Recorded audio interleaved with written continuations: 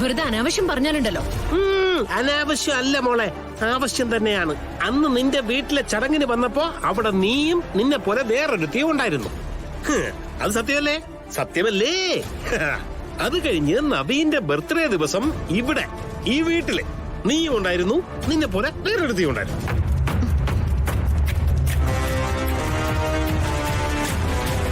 ഇല്ലേ? അന്ന് നിന്നെയൊക്കെ കൈയോടെ പിടിക്കാൻ ഞാൻ നോക്കിയതാ. പക്ഷെ എന്നെ വെട്ടിച്ച് നീയൊക്കെ അന്ന് കടന്നു കളഞ്ഞു.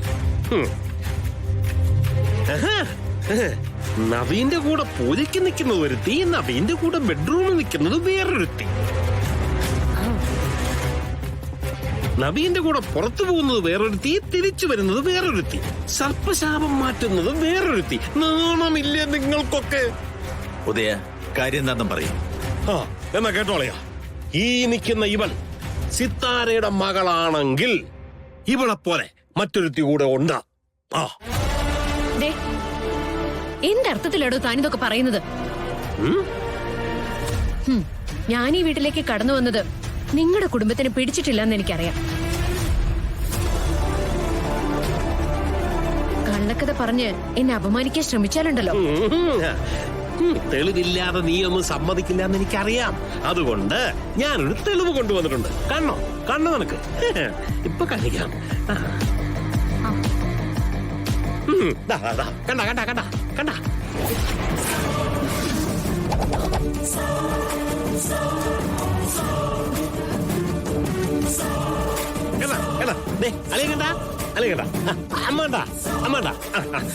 സുഭദ്ര കണ്ടോ? സുഭദ്ര ശരിക്കും കാണണം കേട്ടോ. ഇതാണ് ഞാൻ പറഞ്ഞ മറ്റൊരുത്തി, ഇവളെ പോലിരിക്കുന്ന മറ്റൊരുത്തി. അവളെ കഴിഞ്ഞ ദിവസം തെരുവിൽ ലോട്ടറി വിറ്റ് നടന്നപ്പോ ഞാൻ അവളെ കൂടെ നിന്ന് എടുത്ത സെൽഫിയാണിത്. രക്ഷപ്പെടാൻ അന്ന് അവൾ ഒരുപാട് ശ്രമിച്ചു നോക്കി, പക്ഷെ ഞാൻ വിട്ടില്ല.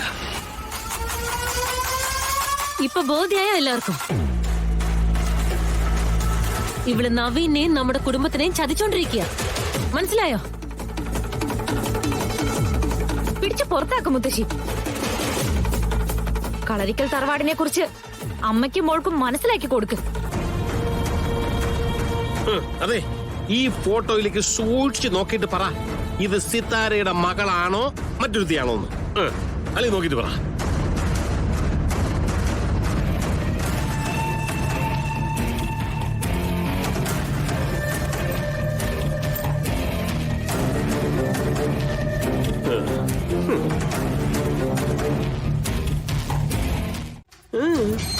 എങ്കിൽ പിന്നെ അവളുടെ കയ്യിലെ ലോട്ടറിയോടെ ലോട്ടറി അത് ഞാനവിടെ പിടിച്ചു നിർത്തിയ ബഹളത്തില് താഴെ പിടിച്ചു പോയി. മുത്തശ്ശി കള്ളാണ് ഈ പറയുന്നത്. ഈ സെൽഫി ഇവിടെ ഏതോ ഫംഗ്ഷൻ നടക്കുമ്പോ ഉദയനങ്ങള് എന്നെ ചേർത്ത് നിർത്തി എടുത്തതാ. എന്താ ഞാൻ നിന്നെ ചേർത്ത് നിർത്തി സെൽഫി എടുത്തെന്നാ നീ ആര് സെലിബ്രേറ്റ് ചെയ്യാ? അമ്മേ, ഞാൻ പറഞ്ഞത് സത്യമാണ്. അല്ലാതെ എന്നെ പോലെ വേറൊരുത്തി ഉണ്ടെന്ന് കള്ളക്കഥ കേട്ടിട്ട് നിങ്ങളൊക്കെ എന്താ മിണ്ടാതെ നിൽക്കുന്നേ?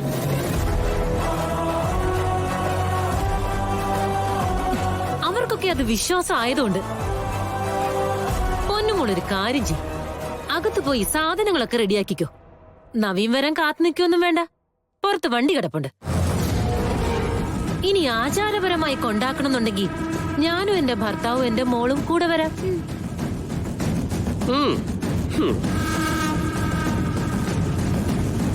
ഈ പടിയിലേക്ക് നീ കാലെടുത്ത് വെച്ച ദിവസം, നീ തിരിച്ചു പോകുന്ന ദിവസവും ഞങ്ങൾ മനസ്സിൽ കുറിച്ചിട്ടതാ. ഇറങ്ങിക്കും. മതി, ഗാഥ പറഞ്ഞതാ സത്യം. ഒരു ഫോട്ടോ കയ്യിൽ നിന്ന് എഴുതി എന്തും വിളിച്ചു പറയാന്നാണോ? ഏട്ടാ വെറുതെ മതിയാക്കാൻ പറഞ്ഞില്ലേ? ഗാഥമോളെ കുറിച്ച് ഇവിടെ ആർക്കും ഒരു സംശയമില്ല. ഗാഥമോളെ കുറിച്ച് പറയാൻ ആര് ശ്രമിക്കുകയും വേണ്ട. മര്യാദയ്ക്ക് അടങ്ങി ഒതുങ്ങി ഇവിടെ കഴിയാമെങ്കിൽ അകത്തേക്ക് പോവാം, അല്ലെങ്കിൽ വഴി പുറത്തേക്കാ. കേട്ടല്ലോ? എന്റെ ദൈവമേ, ഞാൻ എങ്ങനെ പറഞ്ഞാൽ ഈ വീട്ടുകാരും വിശ്വസിക്കത്തില്ലല്ലോ. പക്ഷെ നിങ്ങൾ നോക്കിക്കോ, ഇവളെയും ഇവളെ പോലിരിക്കുന്ന മറ്റൊരുത്തി ഒരു ദിവസം ഒരുമിച്ച് ഞാൻ നിങ്ങളുടെ മുമ്പിൽ ഇവിടെ കൊണ്ടുവന്ന് നിർത്തും.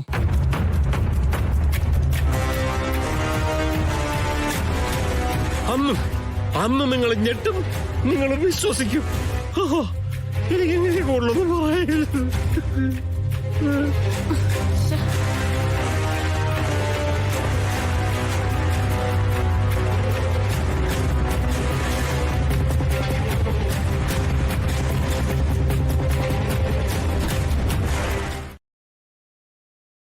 ചതി പറ്റിപ്പോയല്ലോ നന്ദ. നവീന്റെ കൂടെ ഇപ്പോ ഉള്ളത് സിത്താരയുടെ മകള് ഗാഥയാ. അതുകൊണ്ട് തന്നെയാ അവളുടെ പെരുമാറ്റത്തിൽ നമുക്ക് സംശയം തോന്നി തുടങ്ങിയത്. കൂടുതൽ ചോദ്യങ്ങളൊന്നുമില്ലാതെ എല്ലാം വ്യക്തമായി അമ്മേ. നമ്മൾ ചിന്തിച്ചത് ഒരു വഴിക്ക്, സിത്താര പ്രവർത്തിച്ചത് വേറൊരു വഴിക്ക്. നമ്മൾ ആരും അറിയാതെ കൃഷ്ണയ്ക്ക് പകരം സ്വന്തം മകളെ ഇവിടെ കൊണ്ടുവരാൻ സിത്താരയ്ക്ക് സാധിച്ചു. അതെ, സ്വന്തം മകളുടെ ദാമ്പത്യ ജീവിതം സംരക്ഷിക്കാൻ വേണ്ടിയായിരുന്നല്ലോ സിത്താര ഇതൊക്കെ ചെയ്തു കൂട്ടിയത്. നമ്മളെ സ്നേഹിച്ചവളാ പടിയിറങ്ങിപ്പോയത്. കൃഷ്ണമോൾ ഈ പരിസരത്ത് എവിടെയോ ഉണ്ട്. കണ്ടുപിടിക്കാൻ പ്രയാസം ഉണ്ടാവില്ല. അതുകൊണ്ട് കണ്ടെത്തി നവീന്റെ മുന്നിലേക്ക് കൊണ്ടുവരാൻ പറ്റുമോ? അമ്മേ, സർപ്പാനുഗ്രഹമുള്ള കുട്ടിയെ നവീന്റെ ജീവിതത്തിൽ വാഴുമെന്ന് സിദ്ധം പറഞ്ഞ ഓർമ്മയില്ലേ? അത് കൃഷ്ണയല്ലേ?